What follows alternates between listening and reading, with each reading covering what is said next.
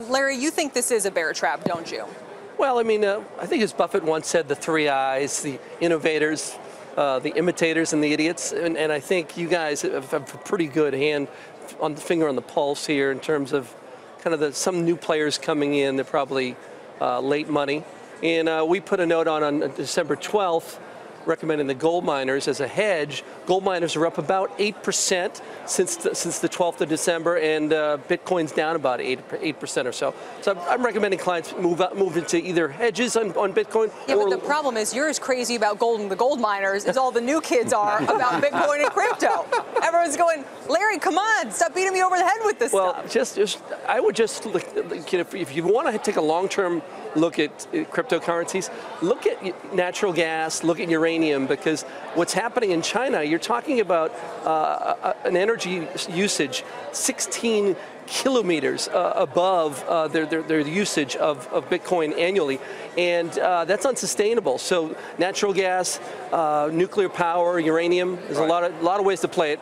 You're a cautious bull. Yes. Now, I mean, I've made no secret of the fact that I just think that this is a speculative bubble. Now, but I'm separating that from the practical use of a cryptocurrency and the speculative mania that has caused these wild swings in prices. Those are two separate things here. Where do you stand on this? Do you see a big future for the cryptocurrencies themselves? The way I see it is you've got to merge those two concepts together. You're absolutely right. Because the underlying technology is, first of all, rock solid. The Bitcoin blockchain has never been hacked. How many systems can you say on this planet have never been hacked and are so complex they probably can't be? So you tie that back into all the potential uses of Bitcoin, the currency, over time, and it feels a lot like, say, online shopping in 1999. When I hear Bitcoin naysayers, not my friend Larry, but people who really think it's a bubble and going to zero. Or today we had a CNBC.com article saying 10 years in, nobody has come up with a use for blockchain. Yeah, that was funny because it's so factually inaccurate.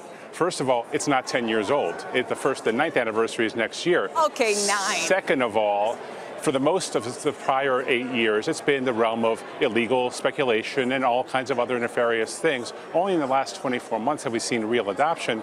And Blythe Masters Company actually got the Australian Stock Exchange to use the blockchain for their settlement process. So there are real uses in place now. I think about program trading in the 1980s that was supposed to keep the stock market from crashing, and it caused the crash of 1987. I think of the dot-com mania.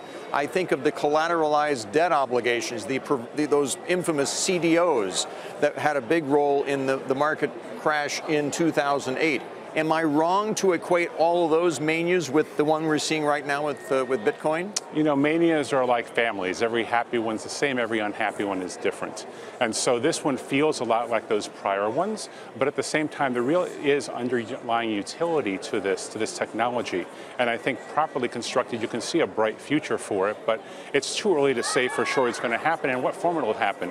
Bitcoin's now less than half of all the cryptocurrencies outstanding in terms of market cap. It could go down to 25 to 30% because other ones take their place. Larry, it's interesting because I think even Charlie Munger was making some remarks the other day about, look, I can't even see the case for gold. At least you can wear it, or you know, it has some value, but not for the cryptocurrency. So are you just bullish on the yellow metal, or are you specifically bearish on the prospects for Bitcoin and cryptocurrency? Bitcoin's 100-day moving average is down around 7,000, and last year Bitcoin hit its 100-day twice in 2017.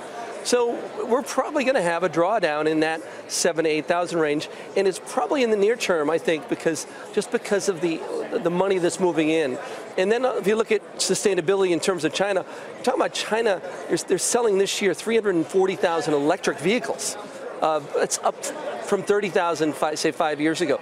So countries like China are buying electric vehicles at that type of pace, and they're using 40% of the world's Bitcoin. So there are sustainable issues here facing in the near term.